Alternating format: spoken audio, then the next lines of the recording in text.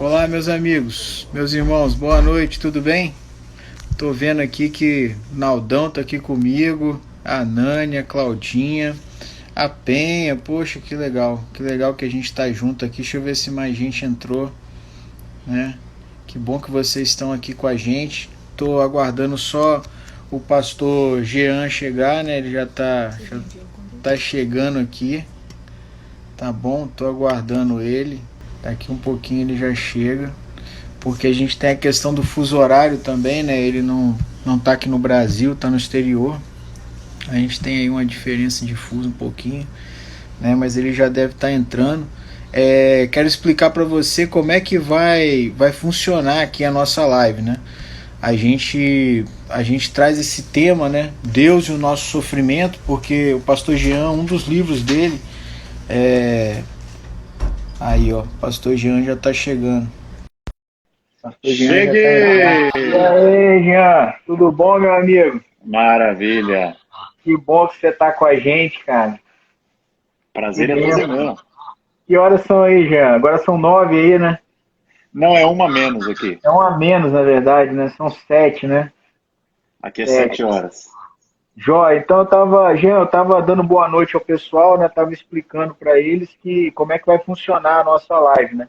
A gente vai ter esse tempo, né, juntos aqui, vamos tratar sobre Deus e o nosso sofrimento, né? Um tema assim que emerge da situação atual que a gente está, mas é também um tema que ronda, né, o pensamento aí de todo mundo, vez ou outra a gente sofre por algum motivo e começa a indagar algumas questões sobre Deus e o sofrimento humano. Então eu estava explicando isso para eles e aí falar para o pessoal, né, que está participando com a gente que a gente vai fazer da seguinte maneira: a gente vai ter um tempo, né, o pastor Jean vai se apresentar, e aí eu vou fazer algumas perguntas a ele, a gente vai entrar no tema, e quando tiver faltando mais ou menos aí entre 15 20 minutos aí para encerrar a live, a gente vai abrir para perguntas. Então, você que tiver alguma pergunta sobre esse tema, né, qualquer pergunta que você tiver, você pode ir mandando para mim ou mandando para o Jean, eu vou anotando aqui, que aí quando a gente chegar no tempo, eu vou passar as perguntas para ele, porque ele está fazendo doutorado, então ele é mais inteligente, quem tem que responder as perguntas é ele, quem não Ah, sou eu que tenho que responder as perguntas, tá bom? Mas, Jean, queria que a gente começasse esse tempo orando, né? Vamos orar e agradecer pela sua vida, pelas nossas vidas aí. Deus, muito obrigado, Pai, por essa noite, muito obrigado por esse tempo juntos aqui, Deus, obrigado pela vida do Jean, pela disposição do coração dele, ó Pai, que o Senhor continue abençoando ele, fortalecendo sua vida, fortalecendo o seu lar, ó Deus, abençoa agora esse tempo onde nós vamos refletir os acontecimentos que estão ao nosso redor, à luz da tua palavra, por isso nos dá também sabedoria, discernimento, nos conduz nesse tempo, que seja um tempo abençoado e abençoador para todos nós que estamos participando, Deus. Fica conosco nessa noite, em nome de Jesus. Amém. Você que está amém. entrando, seja muito bem-vindo, tá bom? Deus abençoe grandemente sua vida. Prazer a gente poder estar junto aqui. E eu vou passar a palavra para o Jean. Jean, se apresenta aí, né? Só para vocês entenderem. Eu e o Jean, nós somos contemporâneos de seminário, né? O Jean sempre mais inteligente, ele sempre foi mais inteligente, sempre fazia melhor as coisas, tá bom? E é por isso que é um prazer grande, é um prazer. Eu fiquei muito feliz quando ele foi fazer o doutorado dele, que eu acho ele um cara muito capaz, ele já tem alguns livros escritos, né? Um deles é esse último aí que eu falei com vocês, foi pastor auxiliar da Igreja da Penha, foi pastor de um grande amigo meu, Azorzão, o presbítero Azor, né? Grande amigo dele também, e a gente tem essa amizade aí feita lá no seminário, então eu vou deixar o Jean se apresentar, ele vai se apresentar, vai falar um pouco do que ele está fazendo, e aí eu acho legal também, Jean, você falar como é que está funcionando esse tempo aí fora, né, cara? Onde você está morando, porque a gente tem essa visão aqui de jornal, de notícia, mas não tem a visão talvez de alguém que está aí, né? Está vivendo uma outra realidade que não é a realidade do Brasil. Fica à vontade aí, Jean. Legal. Primeiramente, muito obrigado, né, pelo convite aí da igreja. Para quem não me conhece, eu sou o Jean, sou pastor presbiteriano, como o Léo falou, e tenho 29 anos, estou morando aqui nos Estados Unidos ultimamente, e estou aqui fazendo um doutorado em teologia sistemática.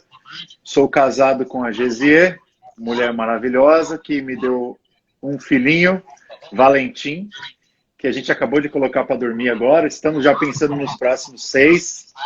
Rapaz, então, tem que ser bom para 6. Quer aguentar, tem que ter energia. Tem energia de sobra. E, cara, esse tempo aqui tem sido muito bom, né? Não apenas para estudar, mas para rever os nossos conceitos sobre vida, né? Então a gente está nesse momento sem segurança nenhuma, vivendo num momento de total calamidade, né? E é bom estar aqui por várias razões, né?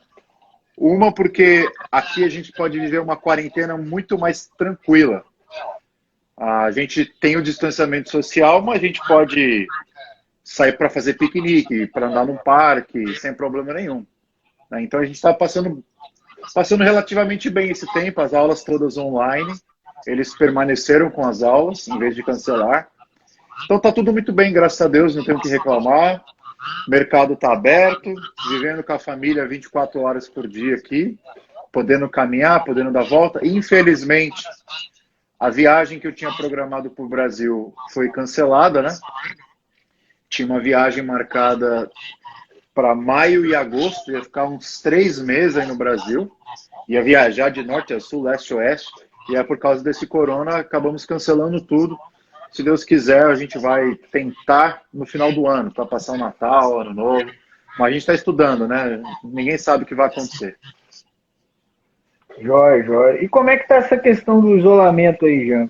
Você falou um pouquinho, né? Falou que as coisas estão abertas e tal, mas assim, tá tudo funcionando, pouca coisa está funcionando. Por exemplo, aonde você está, a região que você está, tem muita gente doente, não tem? Como é que está isso aí? Até semana passada, o estado de Michigan era o terceiro estado mais afetado dos Estados Unidos. Então aqui foi uma região muito afetada, morreu muita gente. Só que a gente tem todos a quantidade de confirmados do Brasil, a gente tem no meu estado. Então mais de 30 mil pessoas. Então morreu 3 mil pessoas aqui. Então foi muita gente. Só que na minha cidade, por alguma razão, o nível de confirmação de gente com coronavírus foi muito pequeno. Então, assim, fechou tudo, deixou aberto só o mercado, só os comércios essenciais, né? Restaurantes estão abertos. Aqui é muito comum o drive-thru, né? Você ainda tem o drive-thru, você não pode entrar no restaurante, mas você pode comer normalmente. Então, assim, na minha opinião, tem sido muito tranquilo. Não tem sido aquele desespero, assim, sabe? Você convive com as pessoas, óbvio, de máscara e tal, mas eu acho que não tem sido nenhuma coisa traumática, não. Tem sido bom. Mas aí nos Estados Unidos hoje, por exemplo, é o epicentro, né, dessa pandemia, né? Mas aí a situação está um pouco caótica, mas é naquela região ali de Nova York, né? Mais afastado de você. Né? Perfeito. Lá é o epicentro, lá está muito ruim. Mas, mesmo lá, cara, eu tenho vários amigos que moram em Nova York. Eles falam que, assim, tomando cuidado, dá para você viver numa boa. A questão é que a gente seguia muito pelo que a imprensa às vezes noticia, um alarmismo que às vezes não é muito real. Mas, de fato, aqui o negócio pegou mesmo. Mas eu acho que, até uma questão que eu aprendi, o americano está muito mais preparado psicologicamente para lidar com catástrofes. Porque eles têm tufão, eles têm um monte de coisa, tem tornado, todo ano tem alguma coisa. Então, o psique dele já está mais calejado para enfrentar essas coisas. Então, eles levam numa boa. O alarmismo, ainda que existe, é um alarmismo menor, né? É em menor escala, né? Exatamente. Não gera tanto dano assim, colateral, né? Com certeza. Interessante isso aí. Eu nunca tinha ouvido ninguém falar isso aí, né? Você imagina, cara, os caras convivem com pelo menos 1 ou 2 terremotos por ano. Tornado, tufão. Cara, isso todo ano eles têm que enfrentar uma coisa dessa. Teve o episódio do fogo, né? Teve a Califórnia ali. Sim. Fora neve, cara. Os caras têm que lidar com a neve, com nevasca, com chuva de pedras, assim, cara, é uma loucura. Tudo que você imagina de ruim acontece aqui. E aí que eu acho, cara, que até é um link para o tema de hoje, que essa intensidade de sofrimento faz com que o ser humano acaba criando uma criatividade sem paralelo. O cara consegue ficar muito mais inteligente e pensar em várias possibilidades de estruturar a sociedade se o cara está acostumado com tempos contrários. É igual aquela situação. Marinheiro não se forma em mar... Em mar tranquilo, né? Em mar tranquilo, exatamente. É verdade, verdade, verdade. A gente tem que... Davi, né, usa uma expressão muito interessante, né? Quando ele já é idoso, ele fala, para mim foi bom passar pelo sofrimento na juventude, né? Na juventude, né? Não vou dar spoiler aí que a gente vai tratar um pouco desse tema, Jean, mas só para você que está entrando agora, várias pessoas estão entrando depois que a gente começou a conversar, então eu vou repetir, né, o que a gente já combinou. Nós vamos ter um tempo aqui, eu vou fazer algumas perguntas para o pastor Jean, né?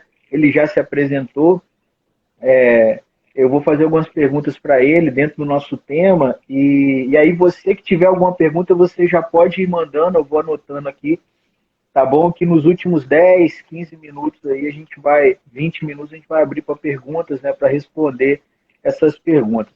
Já, eu acho que uma das grandes indagações que a gente tem com relação à questão do sofrimento, ontem até eu estava ouvindo parte da mensagem do pastor Ricardo Agreste, né, ele estava falando sobre isso, a questão a maneira como nós enxergamos o sofrimento depende muito da nossa cosmovisão, né? Da maneira como nós enxergamos o mundo, né? Como nós vemos as coisas e aí interpretamos elas à medida que elas acontecem, né? Muitas pessoas, então, acham assim que o sofrimento ele é algo muito aleatório, ele é algo desprovido de valor, tem uma corrente teológica, por exemplo, que acredita que o sofrimento ele escapa à vontade de Deus, né? Deus é completamente refém do sofrimento, né? Deus ele vamos dizer assim, ele fica inerte porque ele também não pode fazer nada, ele só pode sentar do seu lado e chorar com você, né?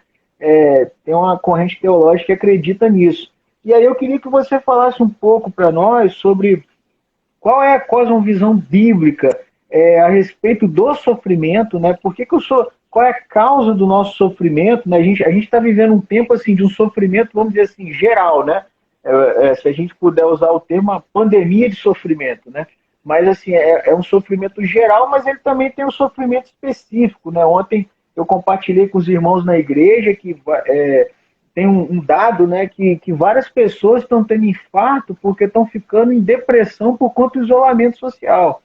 Então, assim, elas não têm o coronavírus, né, elas não têm nenhum problema, vamos dizer assim, né, de estarem infectadas com coronavírus, mas elas estão sofrendo por conta do vírus aí e do isolamento social. Então, assim, você falasse para nós por que acontece o sofrimento, como ele chega na nossa história, né, como ele entra na nossa vida, e o que Deus tem a ver com isso? Como é que Deus se envolve com o nosso sofrimento? Se ele se envolve, se ele não se envolve, se é uma coisa do destino, se é uma coisa aleatória, se é uma coisa do acaso, ou se Deus realmente ele controla todas as coisas, ele tem poder para barrar, para segurar, para nos livrar do sofrimento. Legal. Eu acho que a primeira coisa que a gente tem que pensar, se nós estamos pensando no sofrimento de forma cristã, é com a perspectiva da criação, queda, redenção, restauração. Ou seja, o mundo que Deus criou é um mundo bom.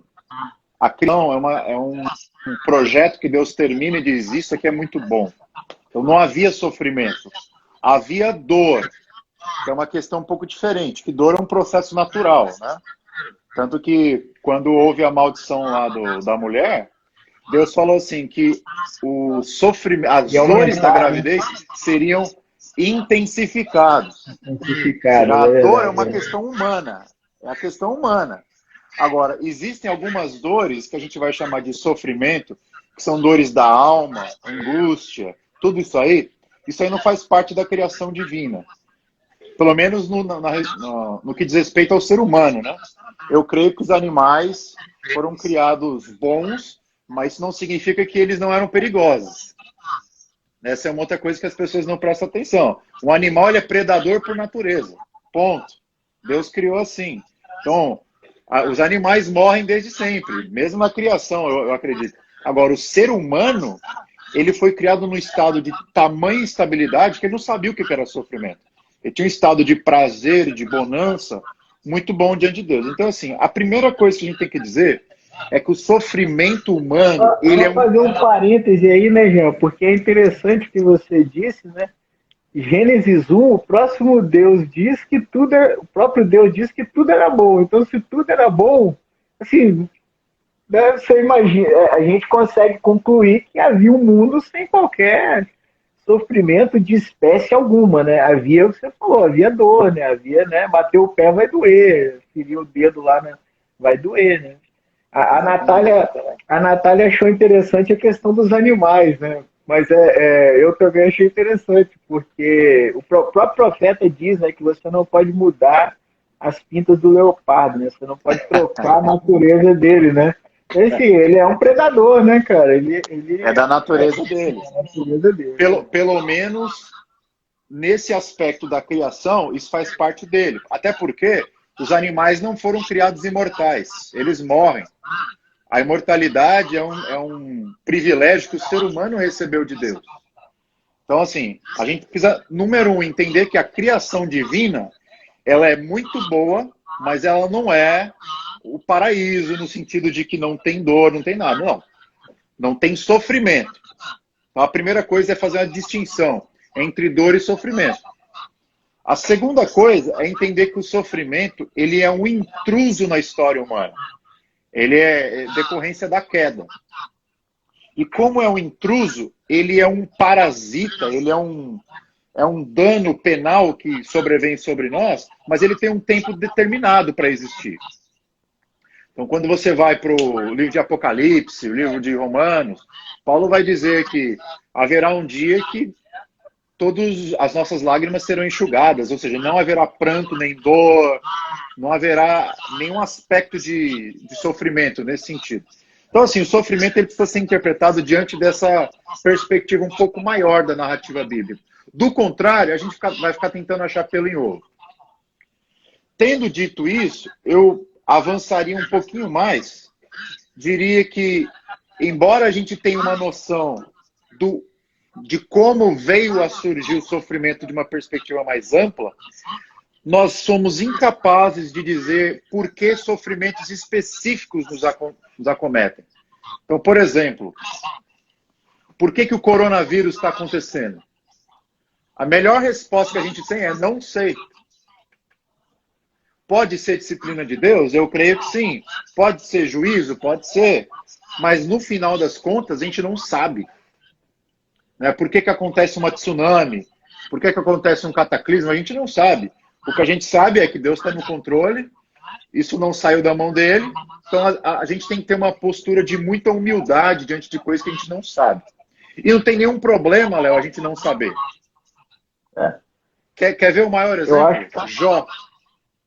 Jó passou a vida inteira dele, do começo até o capítulo 42, e Deus não disse para ele o que aconteceu. Na verdade, Deus não disse. Na verdade, Deus não disse em momento algum o que aconteceu. Né? Jó ele se percebeu transformado pelo sofrimento, mas ele nunca soube por que ele passou por aquele perrengue todo. Né? E uma coisa também que eu acho interessante é que Deus ele ouve toda a lamúria de Jó, né, cara? Jó reclama, Jó pragueja, Jó amaldiçoa o nascimento, Jó amaldiçoa os antepassados, Jó fala de tudo, né, cara? E Deus ouve ali. É interessante essa realidade. E eu acho que essa é a grande lição do cristão em meio ao sofrimento. Que o sofrimento é um jeito da gente questionar se a gente crê de verdade.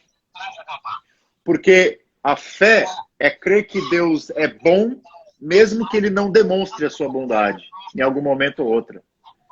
Vou dar um exemplo. Tem uma parte do livro de Jó, acho que é capítulo 17. Olha o que ele diz. Ele fala assim: ainda que ele me mate, ainda assim nele esperarei. Eu acho que isso é fantástico. Até mesmo o próprio Cristo, né? Ele demonstra essa maturidade de lidar com o sofrimento quando ele fala: pai, o cálice é muito pesado, mas não seja a minha vontade, mas a sua. O que ele está dizendo? Independente do que ia acontecer comigo, Jesus sabia o que ia acontecer com ele, ele sabia que o propósito último daquilo era bom. E é isso que governa o nosso coração no meio da dor. Eu não sei por que está acontecendo, é uma coisa ruim, mas o propósito último é bom. Entendi. Eu acho interessante, Jean, uma coisa que você colocou nessa questão do sofrimento como um intruso na nossa história, né? E de fato, biblicamente é assim que a gente o enxerga, né? E você acha que, por exemplo, como ele é um intruso na nossa história, tanto o sofrimento por questão de doença, por N questões, como o próprio sofrimento da morte, né, que é um sofrimento que nos alcança, a perda de um querido, né, a perda de alguém amado.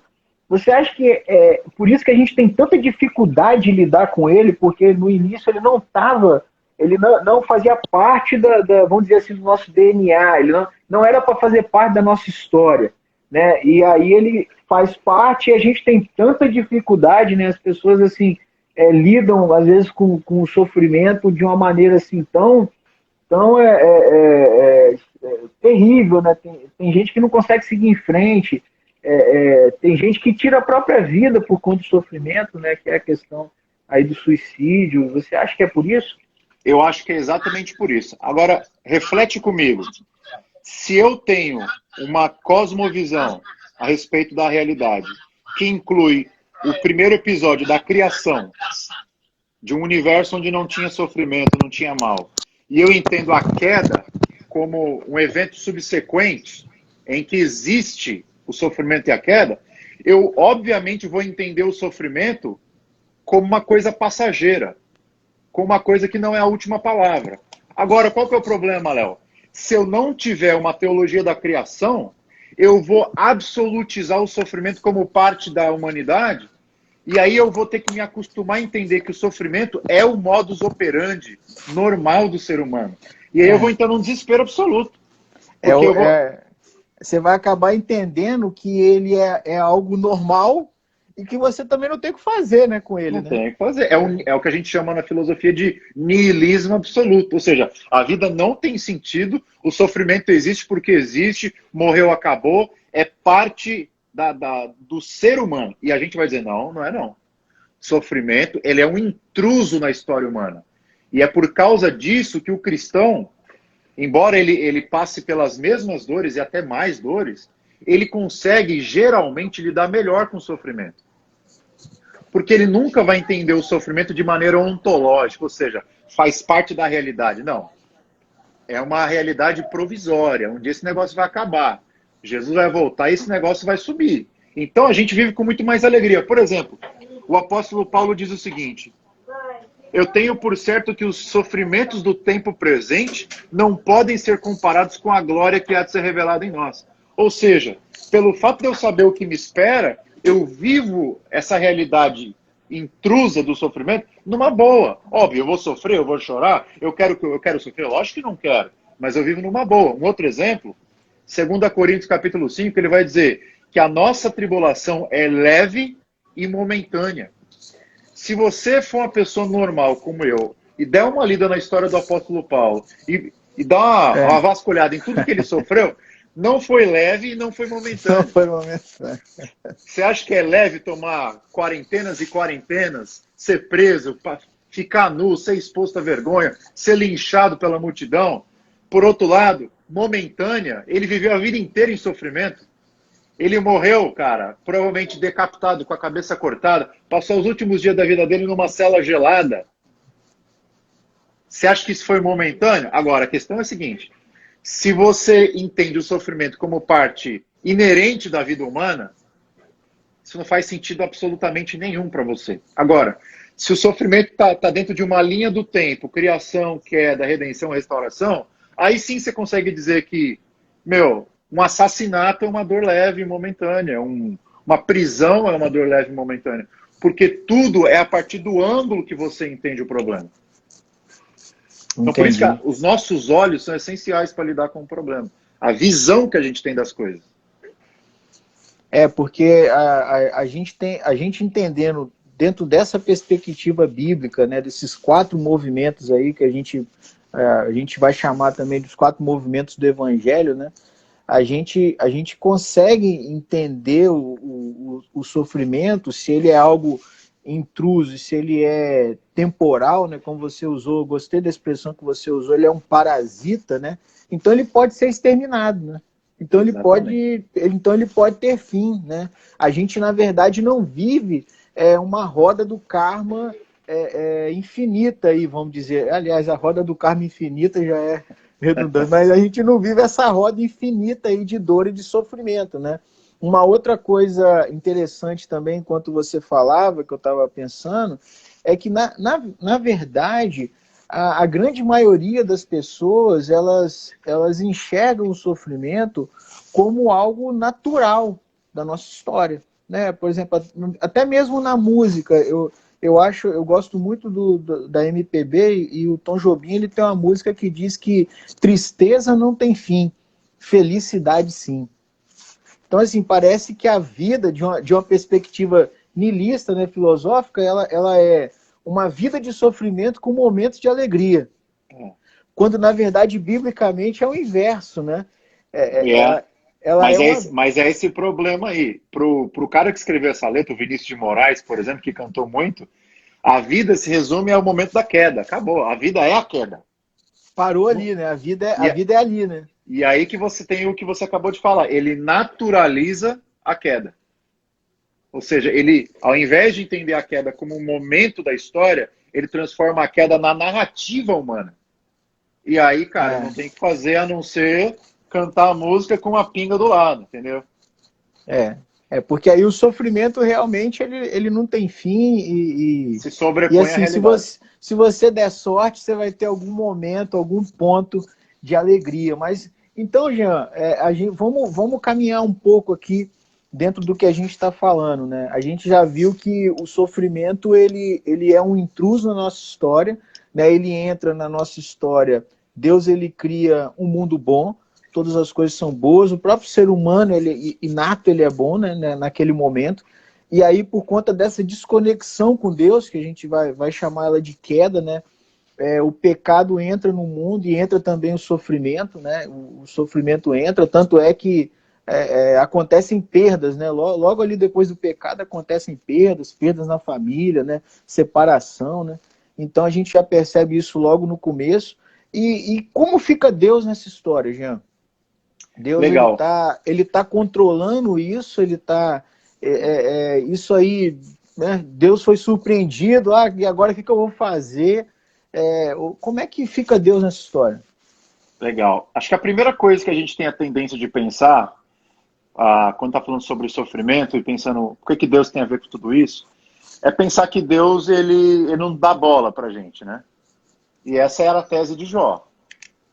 Que assim, Jó ele demonstra uma espiritualidade muito fantástica até o capítulo 2. Imagina, o cara perdeu não sei quantos mil camelos, ovelhas, bois, jumentos, perdeu todos os seus empregados, 10 filhos, perdeu a sua saúde, o casamento dele foi por água abaixo, a mulher falou, amaldiçoa o seu Deus e morre. O cara perde tudo, cara. O cara fica com tumor da cabeça aos pés, se coça com caco de telha. A mulher ficou, né? A mulher era uma mulher fiel, ela ficou, mas que ela devia ficar todo dia falando no ouvido dele, falar, cara, você ainda tá seguindo a Deus, cara, você ainda tá seguindo, pode Isso não. É interessante, né? Ela continuou casada com ele, mas no meio do livro, né? Isso é interessante porque ela não abandonou Jó. No meio do livro ela diz, o seu hálito é pior do que um animal. Pior. É verdade. Tinha nojo, né? E ele vai dizer, né? Minha mulher tem Ou nojo. seja, não tinha mais intimidade. Esse é o ponto. É verdade. Não tinha é mais verdade. toque, não tinha mais sexo. É por isso que eu falo, É o verdade. casamento dele não é que foi destruído, ele foi impactado severamente.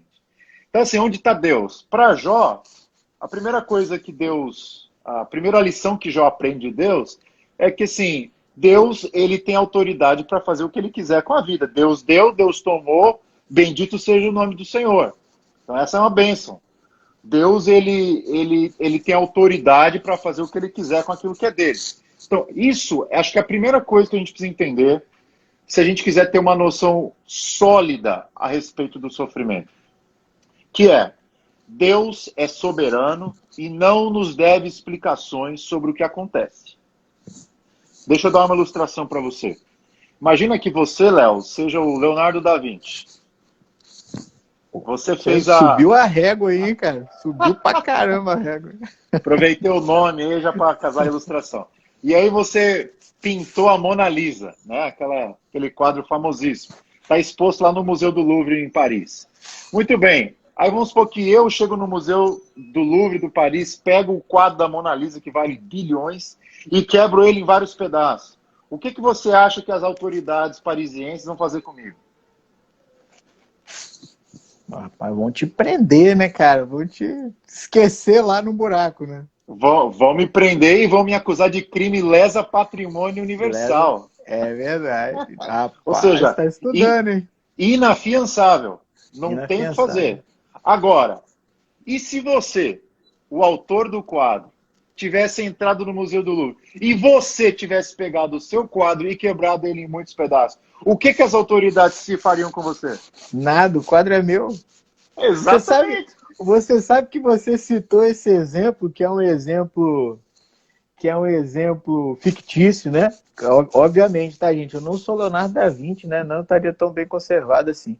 Mas é um exemplo fictício, mas, cara, na minha rua, quando eu era adolescente, aconteceu um fato desse. O cara tava alcoolizado e ele começou a quebrar o carro dele, brigando com a mulher dele, começou a quebrar o carro dele. Aí meus vizinhos ligaram para a polícia. E quando a polícia abordou ele, ele falou assim: o que você vai fazer comigo? O carro é meu. Aí o policial Esse é o ponto. falou assim: Esse é o ponto. Então, foi mais ou menos o policial falou assim: eu vou pedir para você quebrar ele em outro lugar, né, porque tá incomodando ele. O carro é meu, você não pode quebrar. E aí, Léo, o que é interessante sobre essa metáfora, que é a metáfora que vai ser usada na escritura de várias outras maneiras, né? Paulo vai usar a ilustração do vaso e do oleiro. Deus vai usar o exemplo do faraó como criatura, ele como criador, ele endurece a quem ele quiser. Sim, a primeira coisa é, cara, diante da dor, você tem que lembrar uma coisa. Pelo fato de Deus ser soberano, isto é, que ele tem o controle sobre todas as coisas, ele tem o direito sobre todas as coisas, pelo fato dele ser o dono de todas as coisas, ele não deve explicações para ninguém dos atos dele. Ele não deve, cara. É como verdade. Esse cara, por mais alcoolizado... Olha, se um cara, por mais alcoolizado que esteja, não deve explicações para ninguém, imagina o Deus Todo-Poderoso, que é santo, santo, santo, ele não deve explicações para com aquilo que ele faz no mundo. A gente pode dizer que não entende, mas a gente não pode dizer que Deus é mau, que Deus é injusto pelas coisas que acontecem no mundo. O que a gente pode dizer é o seguinte: Deus é mais sábio que eu, e ele tem mais variáveis que eu, e dentro das variáveis e da sabedoria divina, ele está construindo a história para um final muito maior do que eu jamais poderia imaginar. Então a primeira coisa é essa, é uma doutrina de Deus que seja coerente com a soberania dele. Ele tem o direito de fazer o que ele quiser com o mundo que ele criou. Ponto. E essa é a resposta que Deus dá para Jó. Porque lá no capítulo 31 de Jó, ele vai dizer o seguinte: se eu tivesse a oportunidade de ter uma audiência com o Todo-Poderoso, eu traria a minha defesa assinada, e o Todo-Poderoso me colocaria uma coroa, eu sairia do tribunal como um Jó príncipe. Era o cara, né? Jó, ele já estava absolvido do negócio, né? Deus não precisava falar nada, a defesa do Jó já era o suficiente. Olha só a arrogância do cara. Muito bem, lá no capítulo 38, Deus concede o tribunal, mas qual que é o tribunal? É um redemoinho, cara, é uma tempestade. Tempestade. E Deus fala no meio da tempestade e fala assim, Jó, quem é esse que obscurece o meu entendimento e fala palavras sem sabedoria? É a primeira coisa que Deus fala para ele. E aí, o julgamento que Jó queria era o seguinte, ele faz as perguntas e Deus dá as respostas. E aí Deus inverteu o julgamento. Deus fez as perguntas e esperou que Jó desse as respostas. Só que as perguntas eram tão capciosas que Jó não tinha condição de responder nada. A pergunta do tipo, ô Jó, você já visitou o abismo? Onde é que você estava, né? Onde é que você estava? Onde é que você estava quando eu lancei os fundamentos da terra? É verdade, verdade. E é interessante ali porque Deus, ao mesmo tempo que ele está perguntando, ele tá dando o currículo dele, né? Não, então tá, né, Jó? Você é o cara, eu tenho que pôr coroa na sua cabeça. Então você é você, agora eu vou falar quem sou eu, você vai entender com quem que você tá discutindo, entendeu? Com quem que você quer discutir. Tipo assim, imagina que o Zé da esquina, que nunca jogou bola na vida, ele chega num campo de futebol e tá lá o Pelé, e o Pelé dá um drible pra esquerda, e o cara perguntou, Pelé, por que você deu um drible pra esquerda? Fala assim, cara, você sabe com quem você tá falando? Entendeu? Mais ou menos isso. O Pelé sabe o que ele tá fazendo com a bola, entendeu? Deixa o cara jogar. É mais ou menos isso. Jogar. Então, o que eu diria para uma pessoa que está passando por um sofrimento muito terrível? Número 1, se você está sendo tentado a culpar Deus, a colocar o fardo nos ombros do Senhor, pode ter certeza, Deus sabe o que ele está fazendo com a bola. E com certeza vai ser um golaço na sua vida. A gente só precisa ter visão, enxergar a realidade com olhos de que não interessa o que aconteça. Deus é bom, Deus é amoroso, Deus é justo, Deus é soberano. Todas as coisas cooperam para o bem daqueles que amam a Deus. Bênção, bênção. Essa a perspectiva correta, né, Jean? Da gente enxergar o nosso sofrimento, né? Eu acho interessante Calvino, quando ele está falando da providência divina, ele fala que é arrogância nossa, né? Ele tá falando sobre a maneira como Deus age, então ele fala, é arrogância nossa querer entender, né? Nós que temos uma mente finita, entender o que uma mente infinita está fazendo ou está pensando. Então, assim, esses porquês que nós levantamos, eles são porquês que para Deus, às vezes, em alguns momentos, são até irrelevantes, né?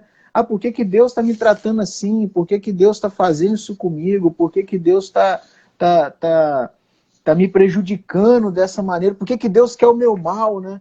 Tem gente que chega a pensar nisso, né? Você acabou de falar, ó, Deus é soberano e Deus é bom, né? E Deus é justo. Ah, então eu pequei, né? Os amigos de Jó, a grande acusação deles era essa, cara. Chega um momento que tem um deles, eu não me lembro qual é, que ele fala assim, não, rapaz, tenta pensar aí, traz na sua memória alguma coisa você fez, cara, que tá errado, entendeu? Dá um Google aí na sua memória. Cara, volta aí, senta aí, pensa um pouco, você fez alguma besteira, cara. E aí, Jean, diante dessa realidade que nós não podemos questionar a Deus por conta do nosso sofrimento, porque Ele é soberano, daí talvez venha, por exemplo, a importância de nós resgatarmos a leitura dos salmos de lamento, né, nas Escrituras. Isso é uma coisa boa. Achei bom que você tocou nesse assunto. Vocês que estão assistindo a gente aí, pessoal, estou vendo os comentários, é importante você entender duas coisas. Número 1, tudo aquilo que a gente fala para Deus, ele não se sente ofendido. A primeira coisa. Porque ele sabe, é aquela frase, ele conhece a nossa Constituição e sabe que somos pó. Então Deus, ele é muito misericordioso com a gente. Se você ler todo o Antigo Testamento, você vai ver Davi falando até quando, Deus está surdo, Deus está cego. Me abandonou, né? Deus não me ouve mais. Aí você vai lá pro mestre Abacuque, que escreveu aquela oração linda do capítulo 3, né? Ainda que a figueira não floresça. Vai lá pro capítulo 1 e 2. O Senhor tá maluco, o Senhor vai julgar a nação justa através de uma nação injusta? Que ideia é essa? Que plano soberano maluco é esse? Deus não se ofende com aquilo que sai da nossa boca. O que Deus espera de nós, e é por isso que esses textos estão na Escritura, ou seja, essas orações erradas estão inspiradas justamente para a gente entender que a gente tem o direito de orá-las, e dentro desse processo de orar a minha oração errada diante de Deus, Deus vai me ensinando que é isso que eu tenho que fazer mesmo. Eu tenho que lamentar, eu tenho que vomitar as minhas angústias diante do Todo-Poderoso. E nesse processo, interessante, se você ler o Salmo 13, por exemplo, ele começa com a pergunta, até quando? Ele repete a pergunta 3 vezes. 3 vezes. Você termina o Salmo e está dizendo o quê? Louvarei ao Senhor e bendirei o seu nome, porque tem me feito muito bem. Muito bem. O cara nem acabou a oração, velho. No próprio processo da oração, ele Deus já vai... mudou o raciocínio. Parece que vai acontecendo, é o que eu estava falando ontem com os irmãos na EBD, né? É uma terapia, vamos dizer assim, né? Na verdade, não é uma terapia, é terapêutico. É isso, é terapêutico, porque o Salmo de Lamento, ele tem essa característica, né? Ele é um salmo que ele é de lamento, ele começa com lamento, mas ele termina revelando a confiança, né, do salmista em Deus, né? Todos eles têm essa característica aí de ao mesmo tempo lamentar, mas confiando, né? Então não é um... eu acho interessante, no direito a gente tem uma expressão que chama assim, o jus esperneandi. Por exemplo, quando o cara não tem direito a nada, e ele reclama, e ele chora, é mais ou menos o que você está dizendo, cara. Deus é soberano. Mas eu tenho... Não, você não tem direito a nada, cara. Mas qual direito que eu tenho? Você tem o jus esperneandi. Você pode se ajoelhar, você pode sentar, você pode reclamar, cara. Você pode chorar, mingar, mas você tem que entender que ele é soberano e que ele está conduzindo sua vida para o bem. Então você tem que ressaltar a sua confiança nele. É por aí que o Salmo de Lamento vai, né? E é interessante que, se você olhar a estrutura dos Salmos, né? Dá uma lida lá depois, quando você chegar em casa, pessoal que está assistindo. Leia o Salmo 2, o Salmo 3, o Salmo 4, o Salmo 5. Cara, é angústia, é desespero, é doideira. Aí depois o Salmo 8 dá uma aliviada, o 9 já vem tudo de novo. Você vai lendo os Salmos, quando você chega no 150, o que você tem ali? Você tem uma orquestra. É louvor, né? É a orquestra louvor de aleluia. Orquestra de aleluia, cara. Louve o Senhor, todos. Louve o Senhor. É só louvor. E aí, qual que é o ensino que os salmos querem nos ensinar? Né? Por que os salmos são a escola da oração? Porque os salmos nos ensinam que falar com Deus é uma terapêutica da dor ao louvor. Amém. É da dor ao louvor. Cara, você anotou isso, né? Você que é pregador, você anotou isso? Isso é bom você anotar, cara. Não é todo dia, você não lê isso no livro, não, hein? Não tem como você terminar uma oração na dor, cara. É da dor ao louvor. Fantástico, fantástico. Lindo, perfeito, muito bonito. Isso aí, cara. Isso aí, é da dor ao louvor, né? E eu acho aí, então, Jean, pra gente entrar aqui no segundo ponto aqui, eu acho que essa é a pedagogia do sofrimento, né?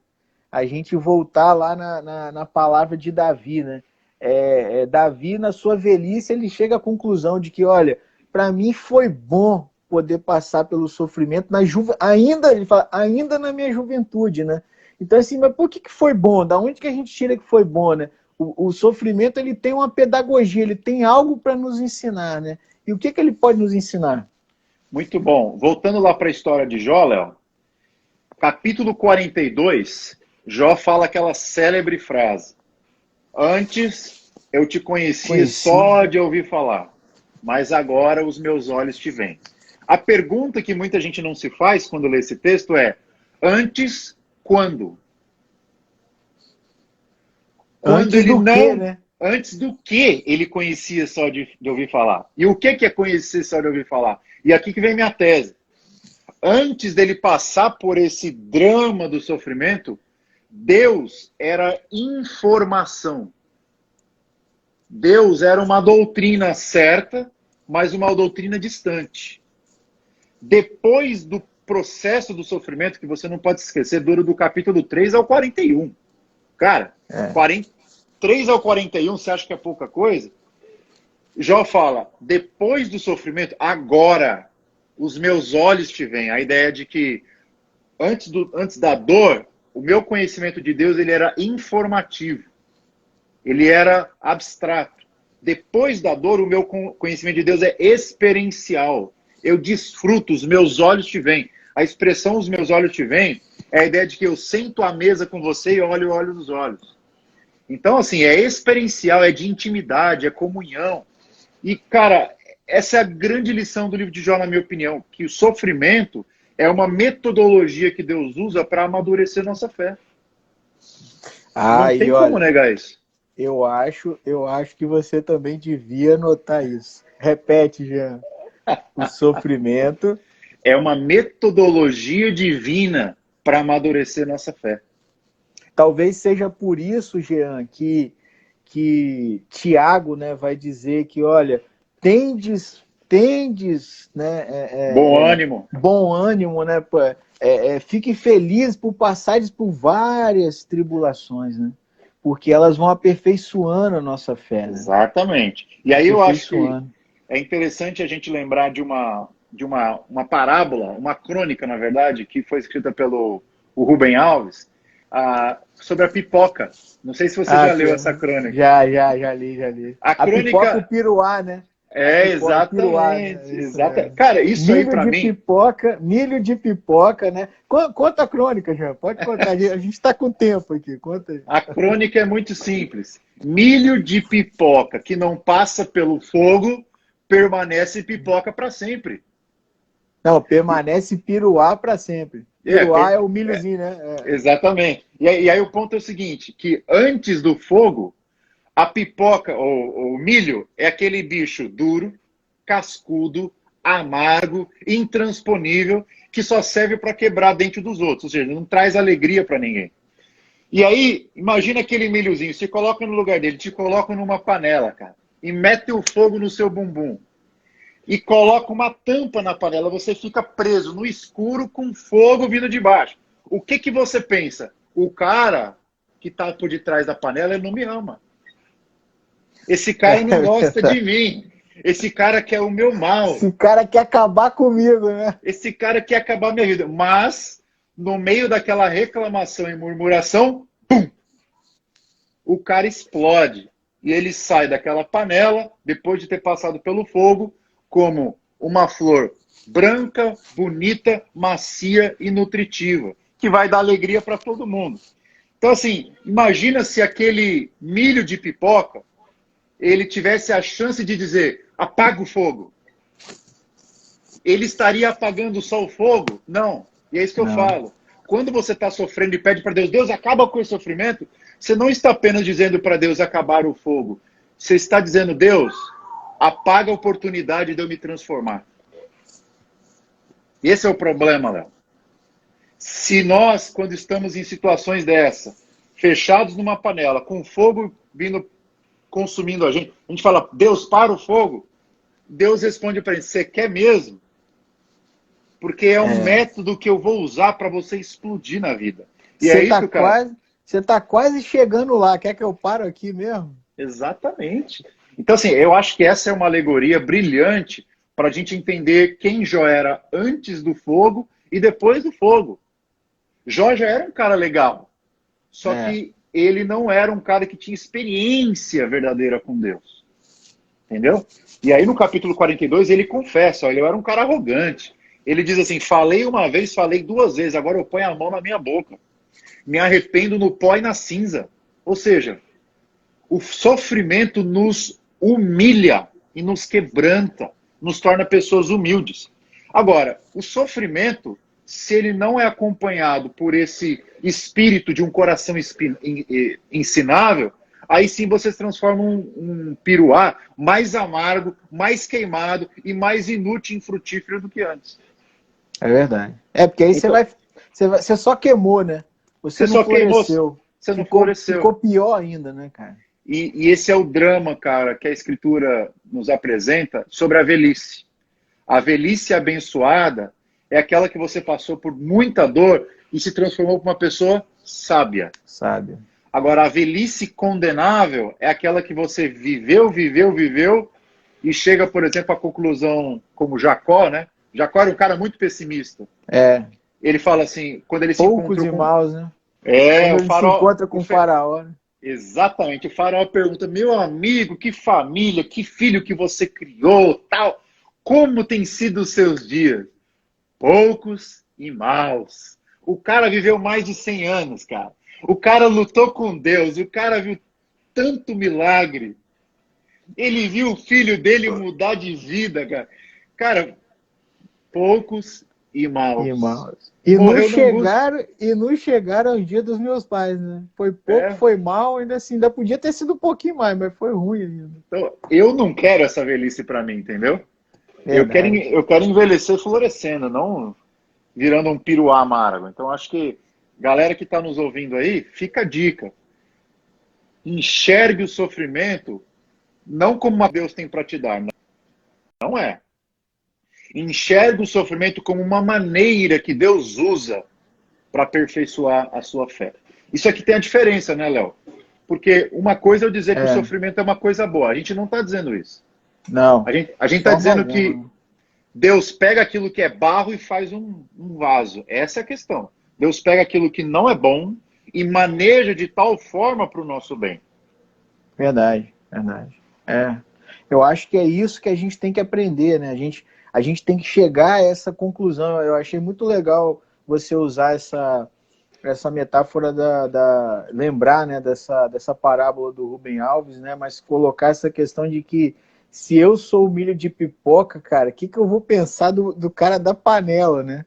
Então a gente tem que lembrar, cara, esse cara da panela, trazendo aí para nossa metáfora, esse cara da panela, ele me ama, né?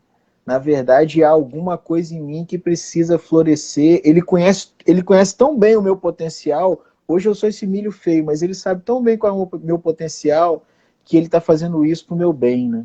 E talvez é isso que Paulo está dizendo para nós em Romanos, né? Porque eu sei que todas as coisas cooperam para o bem daqueles que amam a Deus e agem segundo o seu propósito, né? Olhando a vida do fim para o começo, né? Cara, como que eu entendo isso? Ah, cara, tudo cooperou para o meu bem, tudo cooperou para que eu fosse, florescesse, né? De alguma maneira, inclusive o sofrimento, né? Exatamente. Inclusive o sofrimento. Então, Jean, a gente entrar aqui no terceiro ponto nosso, a gente já viu que o sofrimento, Deus é soberano sobre ele tem um sentido, ele tem um valor, né? Ele tem uma pedagogia e a gente precisa entender, né? Talvez a grande pergunta para nós aí, não sei se você vai concordar comigo, mas a grande pergunta para nós diante do sofrimento talvez não é o porquê, né? Mas é o quê, né? Não é por que Deus está fazendo isso comigo, mas é o que Deus está fazendo comigo através desse tempo de sofrimento, né? Desse tempo de dor, né? E se a gente tiver que perguntar, eu tenho um amigo que ele fala assim, olha, talvez você não... Ele fala que em algum momento da vida dele, a grande oração dele era, Senhor, tá doendo muito, mas não para não. Não para não, porque ele estava vendo que ele estava melhorando, mas estava doendo, é um processo, né, de dor. Mas isso tem um fim, Jean? Quando é que esse fim chega? Será que vai chegar um momento que esse sofrimento nosso acaba, que isso vai chegar a um fim? Excelente pergunta.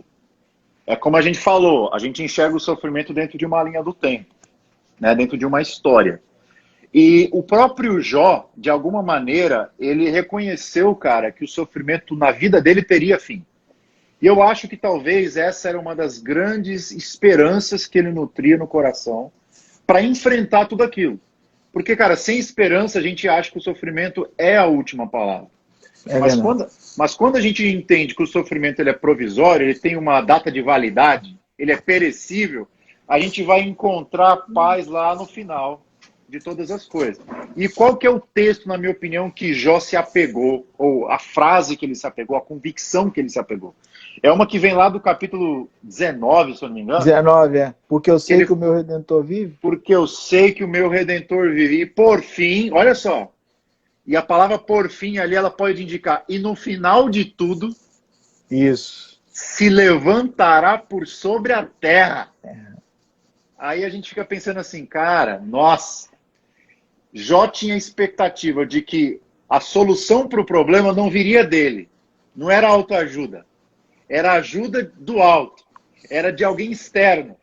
E aí olha que coisa bacana. Era de um redentor. A palavra redentor ali Era a ideia de alguém com o poder de te resgatar da sua situação. E essa pessoa, ela não apenas seria Deus com esse poder de ser imune ao sofrimento, mas se levantaria por sobre a terra, ou seja, seria um ser encarnado. E aí em minha carne eu veria Deus, né? Esses olhos iriam ver. E aí, assim, a gente entende que Jó não sabia direito o que estava por vir, mas porque a gente tem uma visão da Escritura um pouco mais ampla, a gente entende que essa expectativa que ele tinha era a expectativa da vinda de Cristo. A vinda do Messias, a vinda do Redentor. E aí, olha que interessante, eu quero dizer duas coisas sobre o fim do sofrimento. A primeira o sofrimento vai ter fim. Só que por que o sofrimento tem fim? Porque Deus fez um estalo de dedos e decretou, agora não tem mais sofrimento. O que a Escritura vai dizer para nós é que Deus só pode decretar o fim do sofrimento porque Ele carregou o nosso sofrimento sobre si. E esse é o pulo do gato da teologia bíblica. Deus, ele tem uma palavra boa para você a respeito do fim do sofrimento, não é porque ele exterminou o sofrimento assim de forma abstrata. Ele desceu. Ele assumiu a forma de homem. E todas as dores que nós experimentamos aqui, as do passado, as do presente, aquelas que ainda serão experimentadas, Cristo carregou em uma sexta-feira nos seus ombros. Então, cara, a resposta de Deus para o nosso sofrimento não é uma resposta intelectual, não é um sofisma, não é um silogismo. A resposta de Deus é ter enviado teu filho, é ter enviado o Redentor para a terra e ter assumido o nosso lugar e ter pagado substitutivamente e recebido todas as nossas dores sobre os seus ombros. Isaías 53. Certamente ele levou sobre si todas as nossas dores e os nossos pecados, e agradou a Deus fazê-lo enfermar por causa das nossas transgressões. Cara, isso é boa nova, isso é evangelho. A resposta que o cristão tem para o sofrimento é: eu não sei por que eu estou sofrendo, mas eu sei que o meu Redentor assumiu a minha dor sobre si. Portanto, meu amigo, o sofrimento que resta é só um período muito pequeno, achatado da minha história. Porque ele prometeu que irá voltar e completar a obra que ele começou. E aí sim, no final de todas as coisas, Jesus não apenas aparecerá como aquele que tem o direito de acabar com a dor. Não, ele acabará de uma vez por todas, julgando vivos e mortos, e instaurando um reino de paz, os novos céus e nova terra. Então, essa é a nossa esperança. O sofrimento não é a última palavra, porque Jesus levou ele sobre si e porque ele prometeu voltar para finalizar a obra que começou. É o que Paulo fala, né? Aquele que começou essa boa obra, ela vai chegar lá no final, né? Ele vai voltar, né? Exatamente. Glória a Deus por isso, né? Jean acabou de falar para nós sobre o fim do sofrimento, Jean. E aí eu tenho duas perguntas aqui. Se alguém tiver mais alguma pergunta, se você quiser perguntar alguma coisa, você quer falar mais alguma coisa, Jean, sobre o fim do sofrimento? Vamos que tem mais 1 hora agora, né? Vai ter mais 1 hora, né? A gente tem mais 1 hora agora. Até cortar a gente. Eu queria pedir para o pessoal colocar aqui nos comentários o que eles estão achando da live. Se eles gostaram, se eles querem que a gente faça uma dobradinha, repita mais uma vez. Coloca aí o que pode repetir. Já estão falando aí, já teve uma galera que se manifestou aí, né? Então eu achei muito legal uma pergunta feita pela, acho que Juliana. Na verdade, eu acho que foi ela que mandou 2 perguntas, mas uma das perguntas dela, e eu acho que cai muito bem no que a gente falou, e que você falou, ela perguntou assim, ó, a falta de esperança de alguns crentes acontece por uma falta de compreensão do Evangelho? Olha, mas não tenha dúvidas. Eu acho que esse é o ponto central. Cara, Léo, se você não tem uma compreensão do Evangelho, o que é a vida, cara? Você já assistiu aquele programa que era apresentado pelo Antônio Abujanra, o Provocações? Provocações. Ele sempre terminava com uma pergunta para todos os convidados. Cara, não interessasse o grau de escolaridade do cara, filósofo, doutor e tal. No final ele fazia a pergunta, o que é a vida? Todo mundo engasgava, cara. Ninguém sabe essa resposta, a não ser que tenha um encontro profundo com o Evangelho. Então, cara, eu diria o seguinte, não apenas o sofrimento é mal interpretado, se não for visto a partir do Evangelho, mas qualquer coisa. A nossa alegria, se não tiver sendo pautada à luz do Evangelho, é euforia, não é alegria.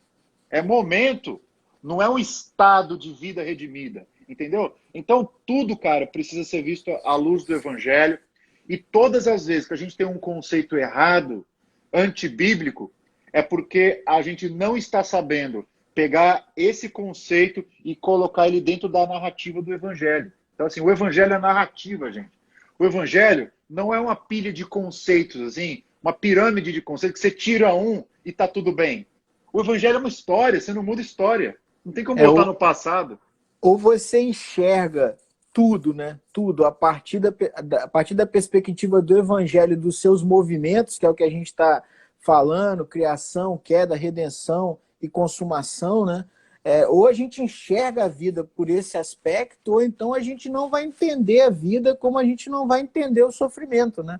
E a gente não vai viver a vida da perspectiva de Deus, né? Dessa boa vida que Deus tem para nós, dessa boa vida que Ele quer que a gente tenha, né? Exatamente. E assim, eu acho que onde que toda essa teologia evangélica do sofrimento ela desemboca? Na maneira como a gente faz funeral, cara. Já reparou? O cristão, ele faz funeral de uma forma, pelo menos deveria, de uma forma diferente de qualquer outra pessoa. Eu já fiz muito ofício fúnebre de ímpio. Cara, é uma tristeza profunda, cara. Não tem, o sofrimento ali é um ponto final, não é uma vírgula, não. Sofrimento é o desespero absoluto, a pessoa se acaba. Num velório, num ofício fúnebre cristão, de alguém que morreu e era do Senhor, cara, eu já vi gente contando piada. Assim, porque o olho vermelho de um lado por tá chorando a dor, óbvio, né? Mas ao mesmo tempo, aquela expectativa de que não foi um adeus, foi um até logo. Cara, Verdade. isso assim, isso muda tudo. É completamente diferente, né, cara? É completamente diferente. A gente percebe isso nitidamente, né? A gente que tem mais contato com essa realidade aí, talvez de funeral, né? A gente percebe isso nitidamente, né? Até mesmo, até no próprio cemitério, né? Há um tempo de paz ali, né? Quando as coisas vão se encerrando, vai chegando os momentos finais, né? É uma dor consolada, vamos dizer assim, né? E vou até falar uma coisa. Você me perguntou como que estavam as coisas aqui nos Estados Unidos, que às vezes as pessoas têm uma perspectiva um pouco diferente, né? Sabe uma das coisas que mais eu aprendi aqui nos Estados Unidos, nesse quesito de perspectiva sobre as coisas? Justamente os cemitérios.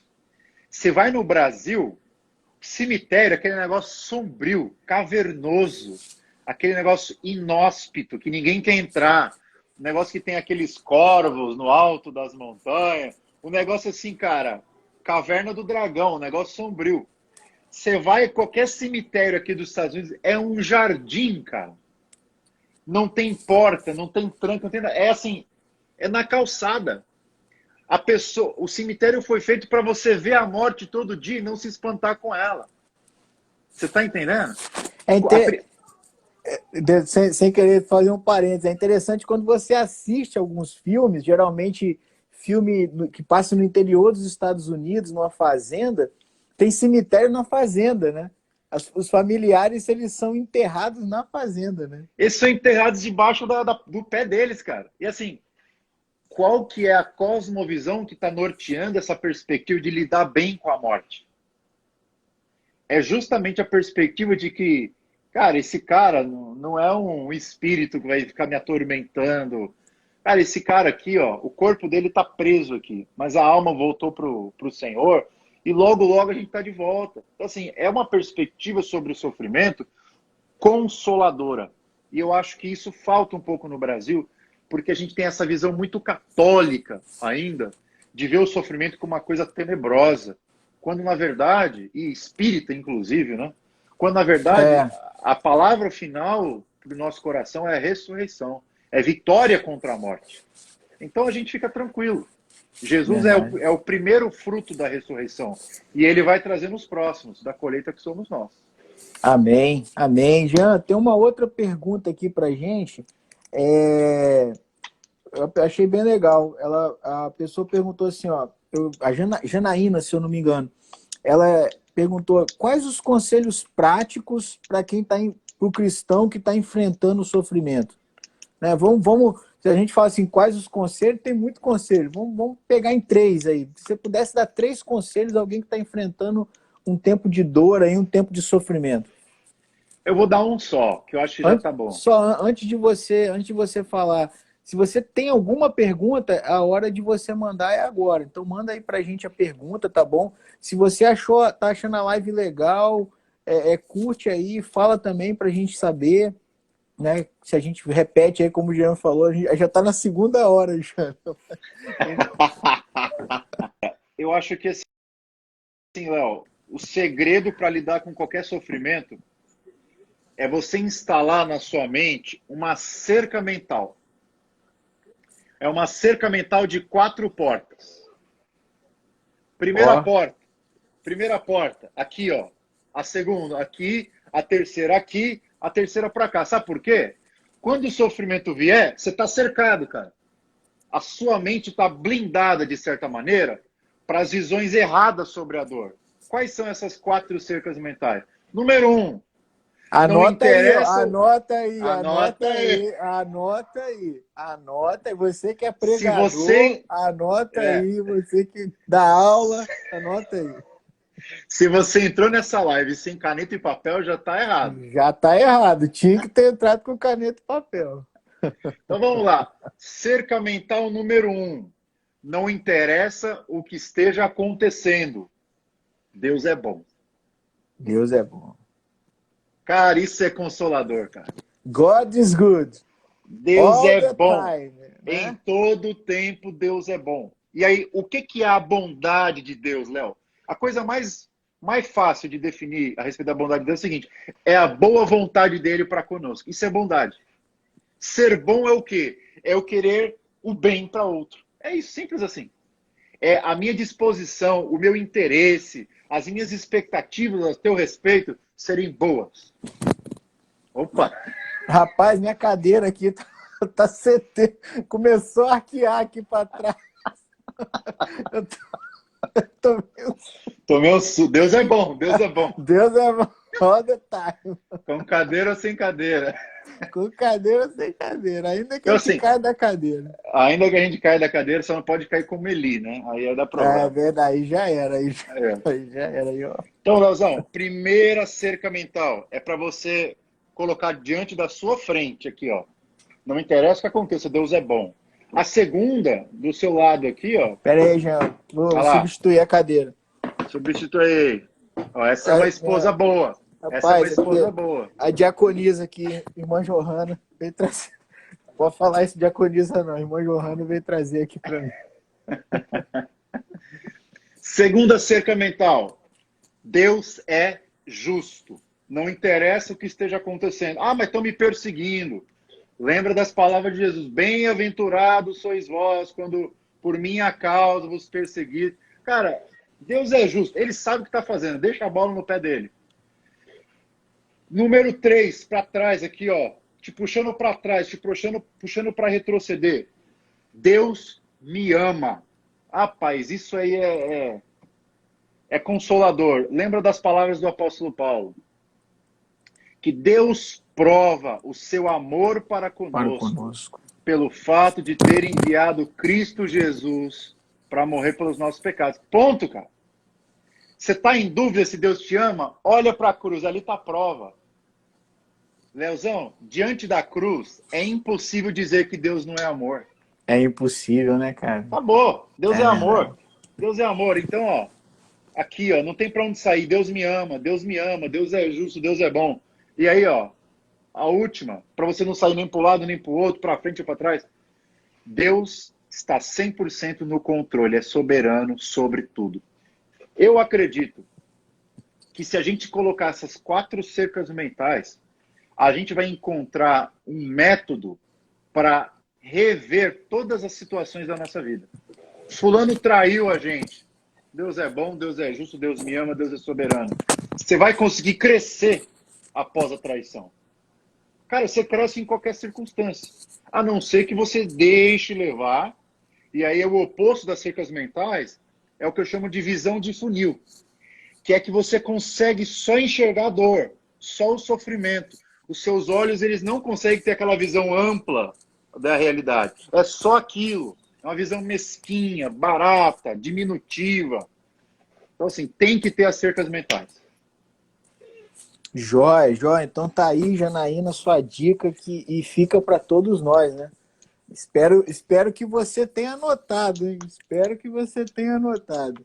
Agora, já a terceira pergunta aqui que nos enviaram é assim, para essa compreensão do sofrimento, seria bom a gente estudar mais o livro de Gênesis?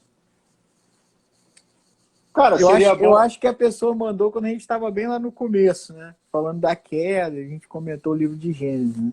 Eu acho que seria bom você ler a Bíblia de capa a capa, não apenas Gênesis. Por quê? O bom de ler a Bíblia é que a Bíblia ela vai reenfatizar todo esse drama da história assim, a tal ponto que você não vai conseguir ler a história humana de outro jeito. Verdade. Entendeu? E é por isso que a história bíblica precisa sempre ser lida, de Gênesis a Apocalipse, porque a gente nunca vai porque assim, existem duas narrativas no mundo. A primeira é a história de Deus. Existe uma história. A segunda é a narrativa de que tudo é construído, não existe história nenhuma. Nós somos o senhor da nossa história. O passado, enfim, não significa absolutamente nada. Eu estou construindo a minha história a partir do zero. Essa é a visão moderna, pós-moderna, de que você é o senhor da sua história. Nós estamos em uma outra perspectiva. Nós estamos entrando na grande história. A minha história faz parte da grande narrativa de Deus. Esse é o ponto. Se o cara não entender isso, ele não entendeu nada. É verdade. É verdade. É por isso que a gente não pode formar a nossa teologia, né? E aí fica uma dica para todo mundo que está junto com a gente aí, né? Tem pessoas da igreja e pessoas que não são. A gente não pode formar a nossa teologia, ou seja, aquilo que nós entendemos sobre Deus e sobre o nosso relacionamento com Deus, a partir de um verso da Bíblia apenas, né?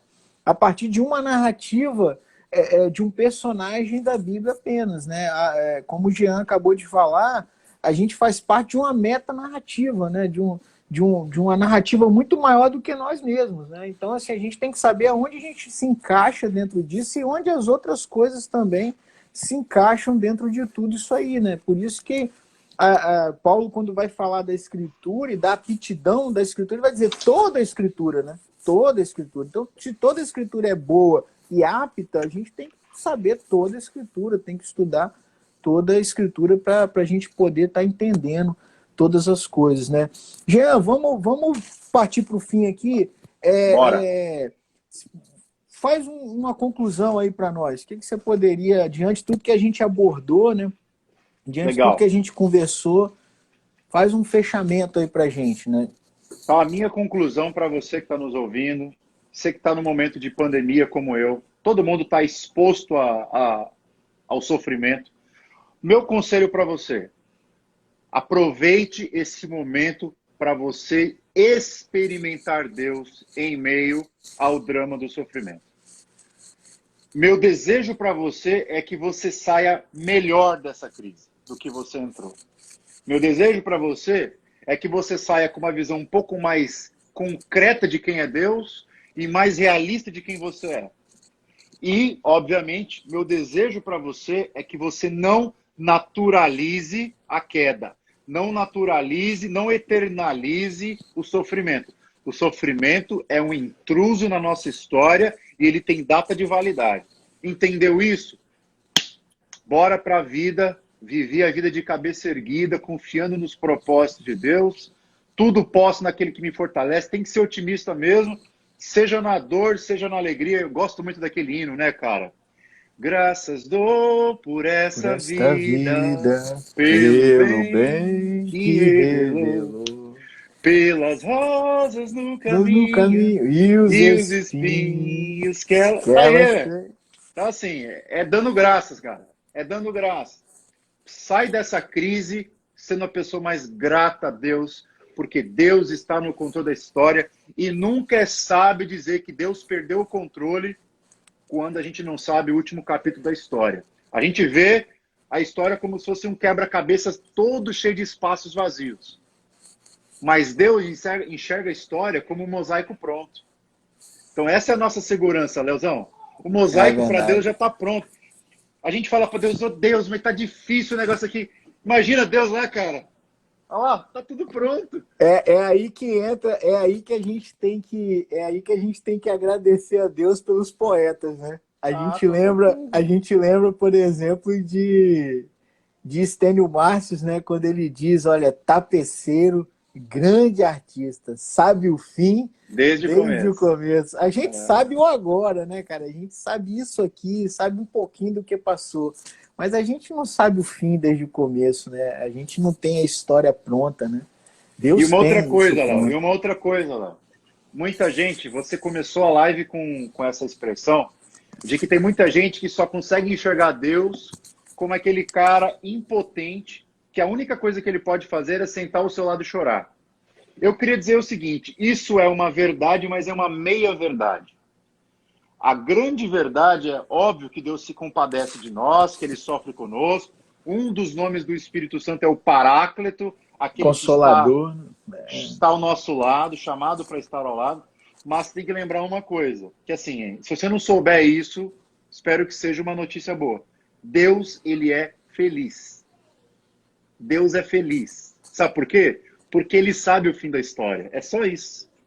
Se você caminhar a sua vida com essa perspectiva, cara, muda tudo, Léo. Se Deus é feliz e Ele criou todas as coisas, está no controle de todas as coisas, e sabe tudo aquilo que já aconteceu na história e não se deixou amargurar, é só seguir os passos dele, cara. Deus é feliz, Ele sabe o fim desde o começo. Ele está sentado no trono com o mosaico da história completo. A gente só precisa visualizar isso e seguir pela fé, cara. Benção. Olha só, Jean. Obrigado, cara. Obrigado. Lembrei dos nossos papos lá, lembrei dos nossos encontros, cara. Muito bom poder com você. Agradeço aí a sua generosidade. Né? Você agradece a GCE também por ter nos cedido você aí durante esse tempo, tá bom? Manda um beijão para ela aí, meu e da Johanna. Depois eu passo a conta bancária lá. Depois você passa aí, tá bom? Depois você passa a cobrança dela. Quero agradecer a você aí que esteve com a gente aí, né? Durante as duas lives, né? Acabamos fazendo duas. Mas olha, dupla. Muito bom você estar aqui com a gente, tá? O pessoal gostou bastante, Jean. Você está acompanhando aí também os comentários. Acho que a gente pode repetir aí, talvez na próxima segunda, se você tiver um horário aí, você me fala. A gente pode repetir, a gente pode trazer um outro tema, né? Abordar um outro tema, né? Para abençoar a vida das pessoas. Eu espero que essa live tenha abençoado muito a vida de todo mundo que está acompanhando com a gente, né? Você guardar tudo que a gente falou, tá bom? Eu posso só deixar um recado, Leozão? Deixa aí, Jean. Pessoal, pensando nessa crise, nesse tempo que a gente está vivendo, eu escrevi um livreto que basicamente traduz todas essas ideias que eu falei com vocês hoje aqui. Então, o fato de eu ter falado tudo isso de cabeça não é porque minha memória é boa, não. É porque eu acabei de escrever o livro. Então, se você tiver interesse nesse livro, o título dele é Se Deus é Justo e Bom, Por que Sofremos? É um livreto de 40 e poucas páginas que vai te dar conforto e confiança em Deus no meio dessa pandemia, tá bom? E ele resume um pouquinho dessa live. Ou seja, se você quiser reassistir essa live em outro formato, em formato de livro, seria uma boa para você. Se você quiser procurar, é só ir lá no site da Amazon.com.br, procurar lá Jean Francesco, que vai aparecer meus livros lá. Beleza, Jean. Obrigado. Gente, obrigado. Deus abençoe aí sua vida. A gente começou aqui orando. Eu queria pedir ao Jean também que estivesse orando, né, por todo mundo aí que está nos assistindo aí, orando pelas nossas vidas também, Jean. E a gente já vai se despedindo aí de todo mundo. Vamos lá, vamos orar? Vamos orar. Pai querido, muito obrigado por esse tempo que a gente teve aqui com o Léo. Amém, Senhor. Bem longe de onde eu estou agora, mas por causa da bênção da tecnologia, a gente pode estar bem próximo e desfrutar de alguma maneira restrita a comunhão dos santos, comunhão do teu povo. Amém. Obrigado, Senhor, pela vida dele, pelo seu ministério, amém, pela Johanna, pelos 3 filhos. Obrigado por essa família tão rica, tão abençoadora para o nosso país. Eu te agradeço por todos aqueles que têm nos acompanhado aqui nessa live, que é uma maneira provisória que a gente tem para comunicar o evangelho num tempo de isolamento. Que o Senhor nos ajude a sermos criativos nesse momento de impossibilidade de nos reunirmos presencialmente. Nos ajude, nos console e nos dê uma compreensão mais fiel e robusta do sofrimento à luz do evangelho. É a minha oração. Faz isso por nós. Em Cristo Jesus oramos. Amém. Amém. Amém. Jeanzão, Deus abençoe você. Deus abençoe você que esteve com a gente, tá bom? Muito bom. Semana que vem tem mais. Quarta-feira, às 16 horas, a gente vai ter uma outra live falando sobre a boa gestão do tempo. E aí, semana que vem, vamos ver aí, vou tentar combinar com o Jean para a gente estar junto novamente, tá bom? Deus abençoe. Abração, galera.